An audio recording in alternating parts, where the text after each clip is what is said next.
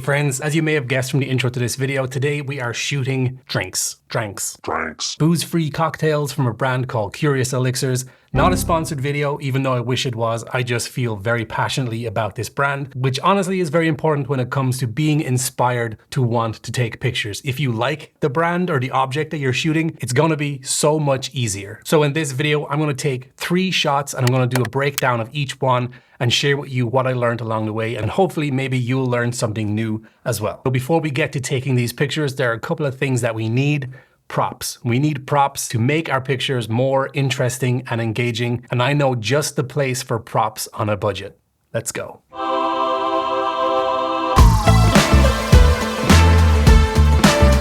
Yes, Goodwill smells like death, but this is the place to go if you need beat up, rustic looking props, and all for just a couple of dollars.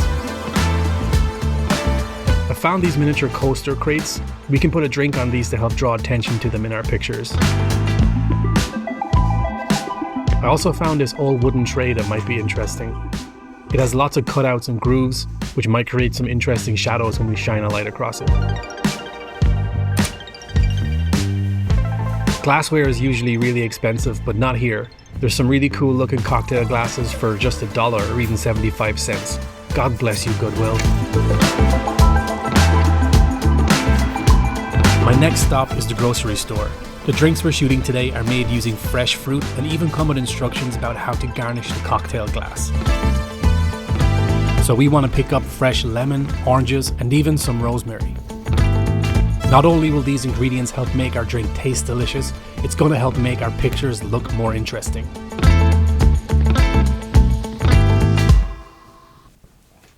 Something I learned a while back, when you're doing photography like this, try wear something dark, like this black sweater I have on, because this white t-shirt would reflect in the glass bottles that I'm taking pictures of. You could edit it out, but you know, you could also just not have it in there to begin with. Dark color clothing, perfect for product photography.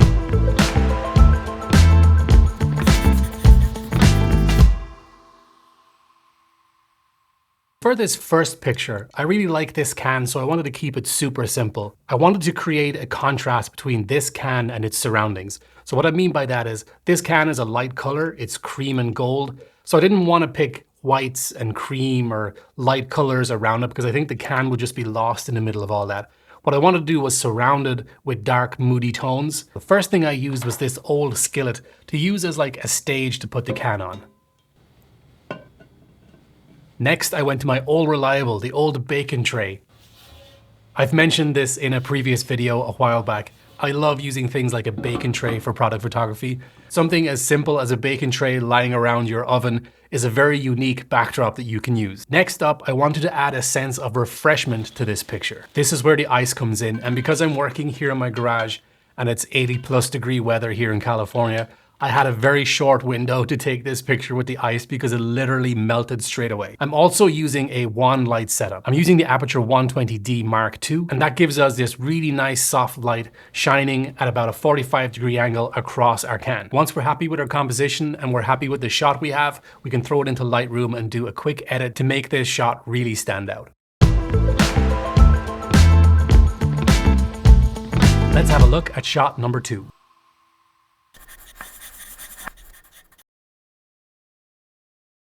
For this shot, I wanted to go for something that was more fresh and vibrant than our first picture. I wanted the bottle in this shot to be tack sharp. This is going to be our focus in this picture because it's what we're trying to sell. Everything else can be out of focus. It's just really a supporting cast to help make our picture look balanced and pretty. I also wanted to show what this drink looks like when it's poured in a glass and it's presented like an actual cocktail. Luckily, when Curious Elixirs send out their drinks, it comes with instructions telling you how to prepare each drink to get the best results. So this drink is supposed to be served with a slice of blood orange, but unfortunately blood oranges are not in season right now, so I had to settle for just your standard orange. It doesn't instruct us to use rosemary, but I'm going to use it as a foreground element to add some texture to the shot anyway. The first thing I did was prepare my fake cocktail because like our last shot, the ice just melted way too quickly. So for this shot, I'm using fake ice so I don't have to worry about that problem anymore. And the drink that I prepared is actually sweet tea. And because I only have one bottle of this particular cocktail, I didn't want to open it. It's personal preference, but I don't think that bottles look good once they're opened, unless it's a pouring shot, like an action shot. We're going to use the fruit as a foreground element just to add color and balance out our picture. I'm using a cutting board prop that I picked up from Goodwill. This helps to draw attention to our drink and just makes it look more presentable. Let's talk about our lighting setup. Today was a really nice overcast day, so there's lots of nice soft light. So I wanted to shoot this picture using natural light. I opened my garage door.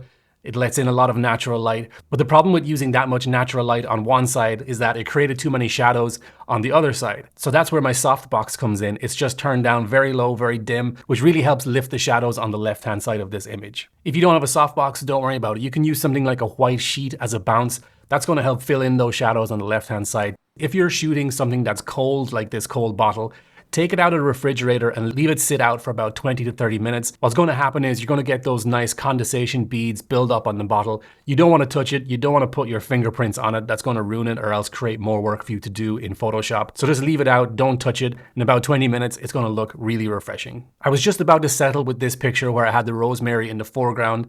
And it looked okay, but something still felt like it was missing. That's when I had the idea to use another foreground element, which came in the shape of a pineapple. I played around with this idea for a couple of minutes and I really like how this idea turned out. The leaves on the pineapple help frame the shot and I think it looks really cool. Moving on to our third and final image. For this setup, I'm doing a flat lay, and what that means is I'm shooting directly down on top of this surface here, so we're getting like an overhead view of what's actually happening here. I realize now I haven't mentioned any camera settings. I really didn't want this kind of behind the scenes to be about how to use a camera, but for those interested, I'm using a 50mm lens on the Canon EOS R. And for this flat lay, what you can see here is actually contact paper. The design is kind of like a marble fleck, which is nice and bright compared to the other two shots we've already done. So I wanted to step away from the moody tones that I love so much and have something with a light background. So this contact paper is perfect for that. The cocktail that you see here is fake again. The only thing that's not fake about it is this lemon twist, which the ingredients call for, that you use a lemon twist. So I'm gonna pop that on there.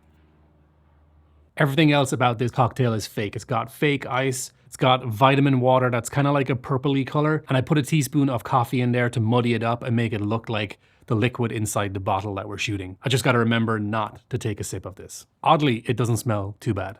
As I said, it took a lot of trial and error to get to this point. I even tried all these props. These are fake leaves. I tried these on the flat lay. Some of the things that we picked up from Goodwill, I tried those out. They didn't work this time, but I will use them for other shots in the near future. The final shot that I ended up using here was actually inspired by a test shot.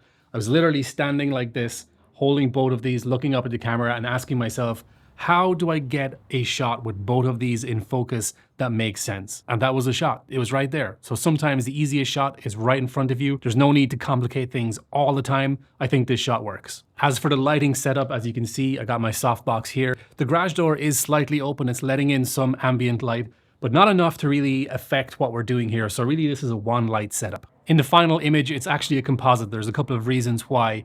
I couldn't get the bottle and the glass or the ice in the glass tack sharp together. They were slightly off because the liquid wasn't the same height as the bottle. So I ended up taking a second shot with just the glass so I could get the ice in focus. And then I added it in Photoshop as a separate picture. So now we have the cocktail tack sharp and the bottle tack sharp. And I think that looks chef's kiss.